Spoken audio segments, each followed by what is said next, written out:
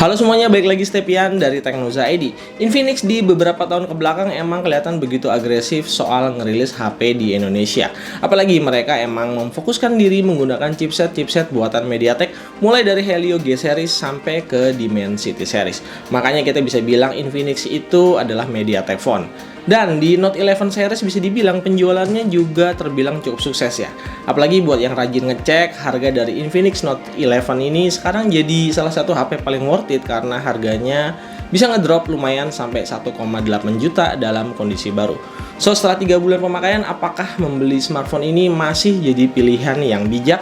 Simak videonya biar nggak penasaran. Ini dia Infinix Note 11 User Experience.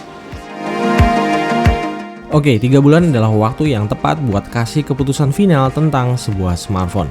Dan Infinix Note 11 ini fix menurut saya jadi salah satu smartphone rekomendasi buat kelas harga maksimal 2 juta. Hari gini tuh enak ya, HP murah, desainnya udah bagus-bagus, gak kelihatan murahan. Terus ngelihat desain frame ngotak plus kamera domino di harga segini, menurut saya itu sebuah kemewahan tersendiri. Apalagi plastik backdoornya juga nggak gampang nyeplak sidik jari dan lumayan padat ya, nggak kopong kalau diketok-ketok. Buat yang belum tahu, HP ini bisa diberdiriin di permukaan yang datar karena yaitu tadi bezelnya ngotak. Selama 3 bulan dipakai, saya nggak nemuin komplain soal build quality. Udah termasuk oke buat harga yang ditawarin. Sedikit apresiasi karena Infinix bisa kasih desain fingerprint scanner yang bisa rata sama bezel, nggak lagi mendem kayak model lama. Untuk respon dan akurasinya sendiri selama di pemakaian, responnya smooth banget. Untuk dual stereo speakernya emang kualitasnya menurut saya biasa aja, tapi ya nggak jelek juga. Masih lebih bagus ketimbang HP dengan single speaker.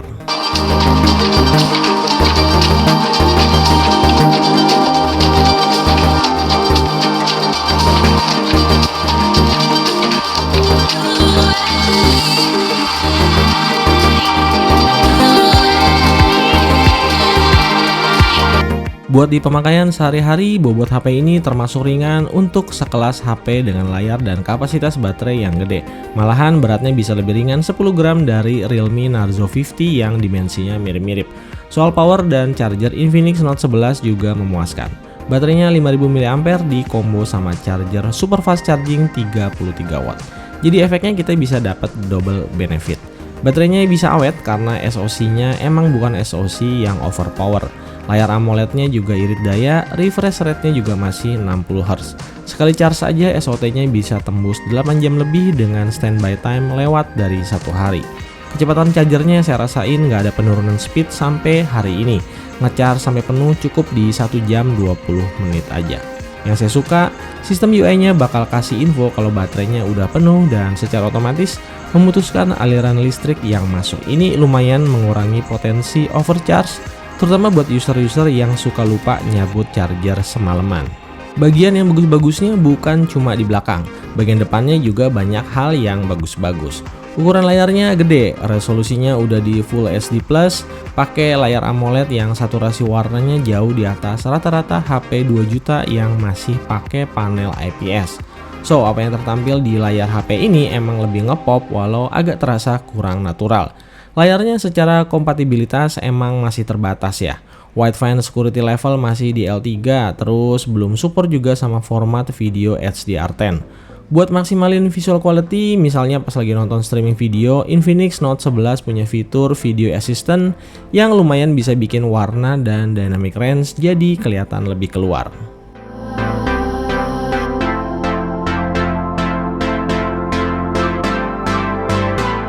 Kalau untuk bagian poninya, saya sebenarnya nggak terlalu komplain ya. Bentuknya itu sama kayak Infinity O di HP-HP Samsung yang ya harganya bahkan 2-3 kali lipat lebih mahal.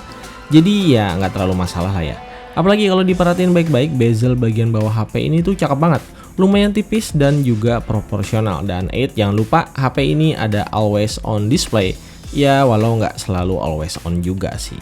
Secara software, HP ini udah dapat beberapa kali update untuk stability system dan security patch-nya ada di bulan April 2022. Tentu aja harapan saya HP ini at least bisa naik dari Android 11 ke Android 12. Ya minimal sekali naik OS lah.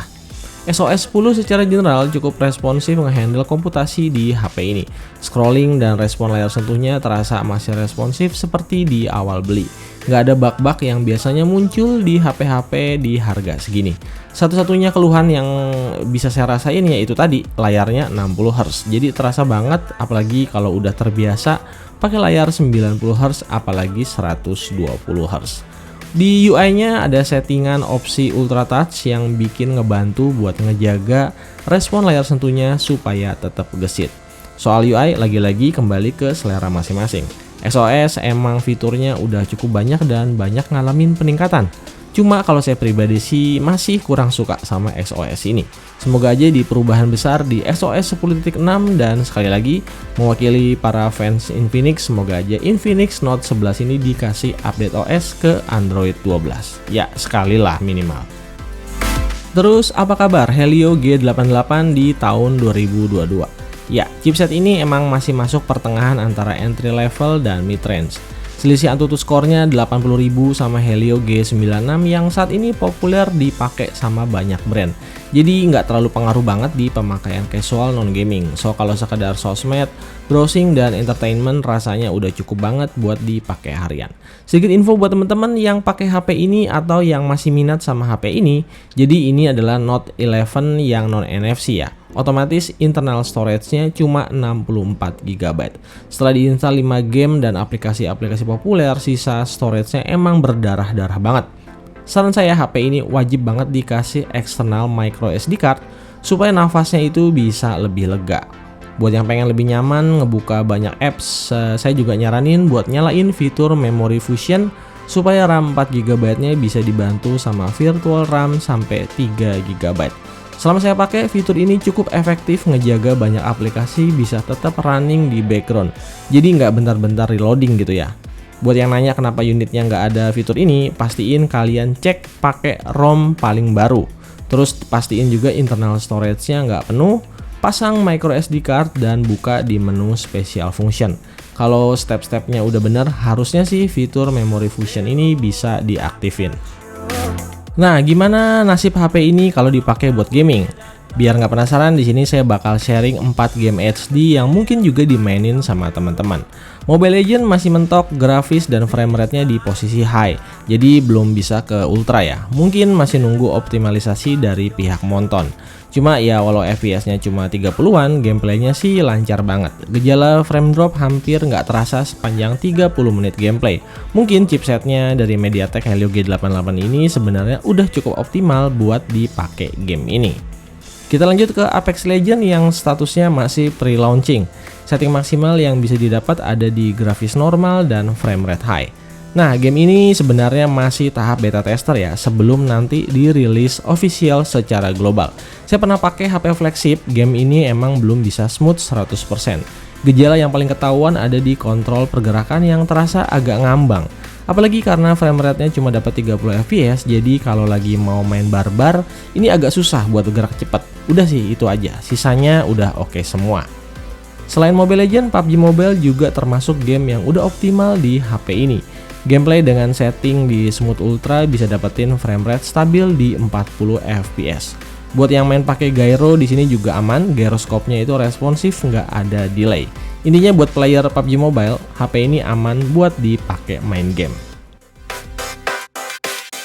Di game penutup sekaligus game paling laknat, Genshin Impact, settingan paling rekomendasinya ada di posisi low 30 fps. Di sini gameplaynya masih playable karena grafisnya masih enak buat mata, nggak bikin sakit mata gitu ya. Terus frame rate-nya juga bisa nyentuh 30 fps kalau lagi observasi.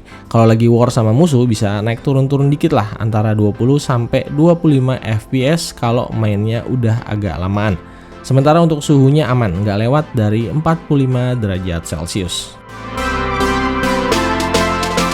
Untuk kamera smartphone seharga 2 juta, sebenarnya Infinix Note 11 ini masih ada banyak keterbatasan. Misalnya absennya lensa ultra wide, terus perekaman videonya juga cuma support frame rate di 30 fps.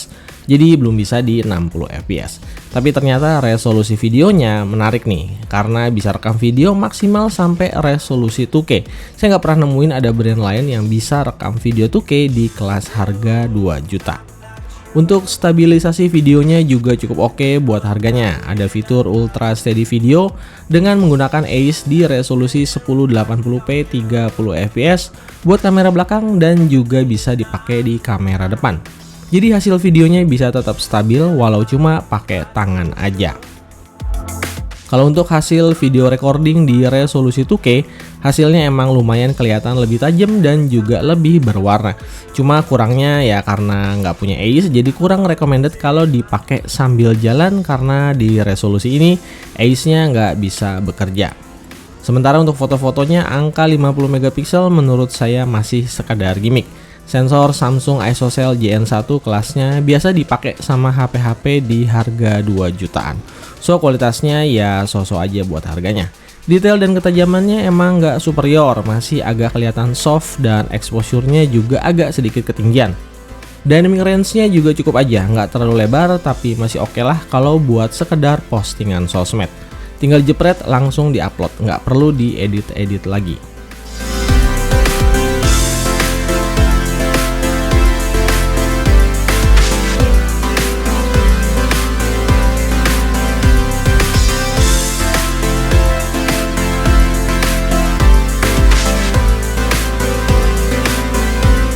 Untuk foto-foto dengan objek wajah manusia, tone warnanya lebih ke arah warm. Karakter softnya masih ada, tapi untungnya detail-detail kecil kayak rambut dan alis masih bisa kelihatan dengan jelas. Untuk kamera selfie, setelah beberapa kali dapat update software, saya ngerasa ada sedikit improvement terutama di dynamic range yang sedikit lebih baik. Cuma emang masih ada gejala kemerahan-kemerahan di warna kulitnya ya, jadi ini masih perlu di-update lagi. Kalau untuk urusan night mode di kelas harganya, Infinix Note 11 bisa dibilang cukup bersaing dengan kompetitor. Hasil foto-foto night mode-nya itu termasuk terang dan juga minim sama noise.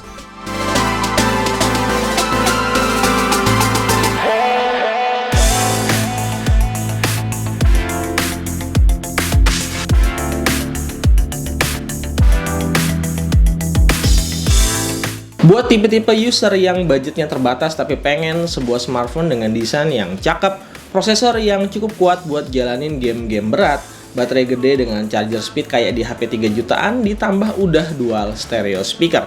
Infinix Note 11 selama 3 bulan pemakaian ala saya terbukti smartphone yang enak buat dipakai dan cukup bisa diandalkan buat kegiatan harian. So kalau kalian bisa kompromi sama beberapa minus point yang ada, smartphone ini masih layak dijadiin sebagai pilihan utama. Atau mungkin buat kalian yang bosen sama merek yang itu-itu aja. Oke, sekian video kali ini. Like video ini kalau kalian suka. Jangan lupa subscribe dan follow Instagram Teknoza ID. Kita bakalan ketemu lagi di video-video gadget berikutnya.